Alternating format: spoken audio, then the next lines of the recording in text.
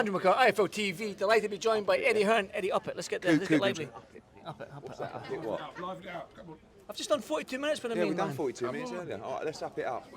Good fucking boy. You fucking, you whoop. Let's go, Eddie. Yeah. Dalton Smith, what a performance there.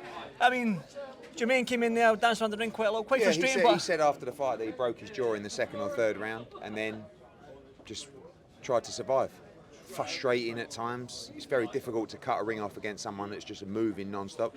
I felt like what Dalton did in the 11th and 12th, he maybe could have done a little bit earlier in the fight. But a good solid performance. And like he said, needed rounds. Last time out was 1 round, then he had a huge layoff before, so that's it now. Just a waiting game, you know, when we can make that world title fight. Puello might be allowed a quick voluntary, and obviously a unification he could take, but Dalton's getting a shot at the world title. It's done, it's mandated, and that's what I believe will be next for Dalton Smith. In Sheffield?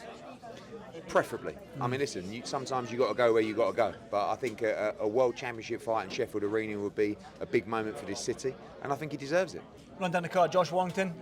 Good to be back, 10 rounds under his belt against a tough opponent. I actually felt a bit nervous for him tonight, to be honest with you. And even when I went in the change room, I felt that he was nervous as well, because I think, you know, if you go in there and you really underperform and get beat, it's all over. And I think he put a lot of pressure on himself. Josh has suffered a little bit with inactivity. You know, after that Lee Wood fight, he was out of the ring for a year, then fought Anto Kakachi, and even before that, he was a little bit inactive. So good to about the 10 rounds. Look, Josh is at the end of his career. There's no doubt about it. Whether there's 1 fight left or 2 fights left, that's the kind of numbers. And now I think he's just going to want to roll the dice in the summer in the biggest fight that he can find, and that's probably Mick Conley at the moment. He wants New York, by the way. Yeah, I mean, look, I think Josh would love to do New York as well. So we'll have to see what's what and where we can generate the money to make those boys happy. But I like the fight.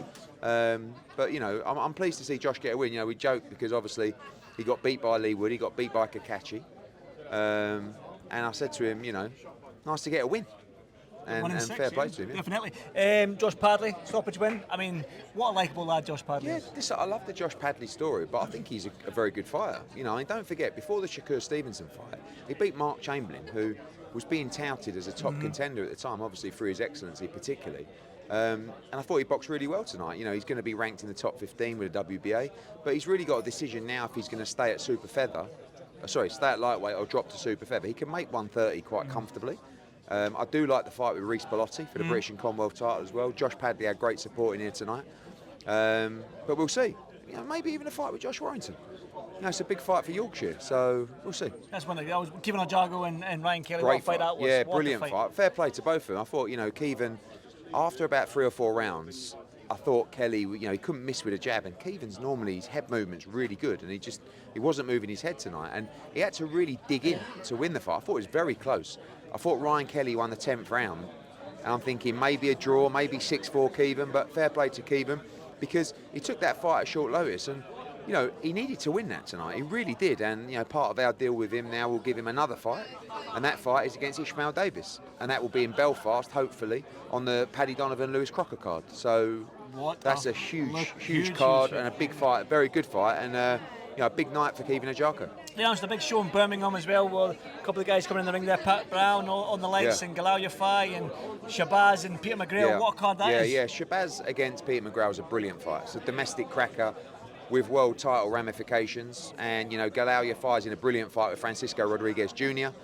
Great fight between Conor Walker and Liam Taylor for the British and Commonwealth Welterweight Championships. Pat Brown as well, and a brilliant before the bell section. So June 21st, Birmingham. Birmingham's thriving. They've done a good crowd there tomorrow night, and we'll do a big number there as well. And looking forward to a big night for British boxing on the 21st. Eddie, Coogan was like that, live it up, right? Listen, next week though, I went on my social media and I saw Conor Benn. He's in the UK. I looked at my social media and I saw Conor Benn get off the jet and into the rolls. Let me tell you something, we're coming for fucking war next Saturday at the Tottenham Hotspur Stadium. War.